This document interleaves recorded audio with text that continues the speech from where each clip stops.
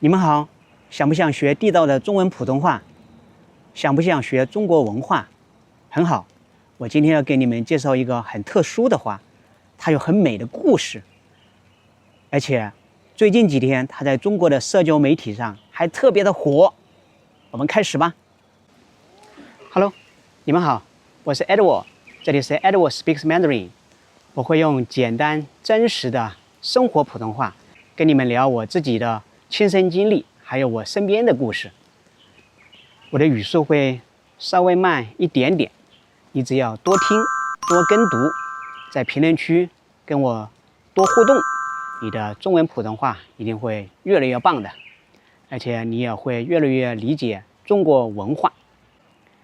我一直覺得，只有你理解了中國文化，你才算真正的掌握了中文。那我們今天要聊的這種花叫什麼名字呢？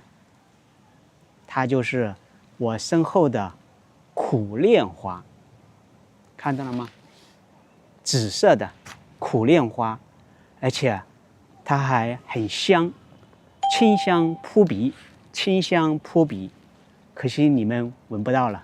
苦就是味道很苦，別看它外表很漂亮，而且有一股清香，但是苦楝樹的葉子、樹皮，還有苦楝花的果實都是苦的，甚至有一點點毒性。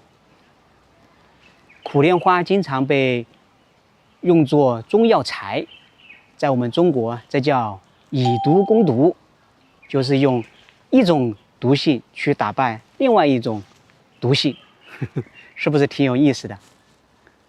楝呢是個生僻字，就是我們平時很少用到，也很少看到。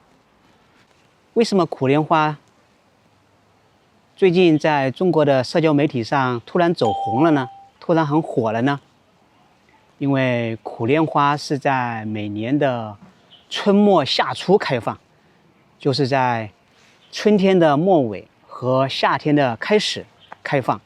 現在是5月初嘛，正好屬於苦楝花的時間，所以在網上大家都在曬苦楝花。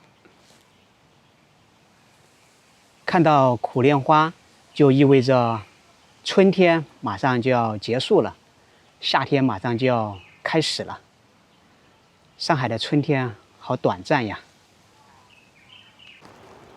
可能還有一個原因吧，現在大家生活壓力都很大，心裡都很苦，所以一看到苦楝花，想到苦楝樹的苦，就感同身受。苦楝花、苦楝樹，苦楝還跟另外一個詞的讀音一模一樣，就是苦戀。苦澀的戀情，苦澀的戀愛，形容一段感情，一段戀愛很艱苦、很漫長，但是往往又沒有結果，就像吃了那種沒有成熟的水果一樣，你的舌頭會皺起來，很苦澀。你有這種苦戀的經歷嗎？如果有也沒有關係，我們要往前看，一切都會過去的，對嗎？苦楝花還有一個很出名的故事，這個故事跟中國最偉大的哲學家之一莊子有關係。莊子是中國道家思想的創始人之一。老莊就是老子和莊子。莊子呢，曾經把自己比作像鳳凰一樣的神鳥。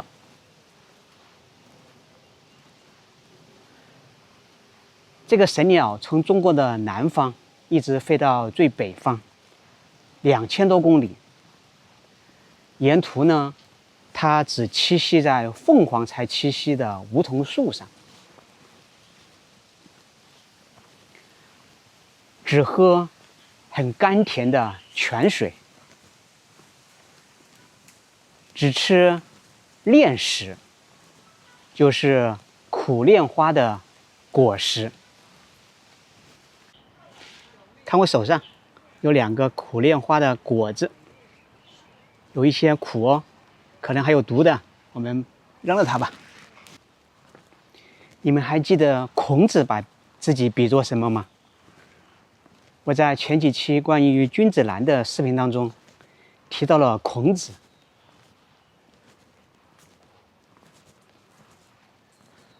孔子把自己比作在深谷之中無人問津、無人過問的蘭花，沒有人理睬他，但是他卻散發着清香。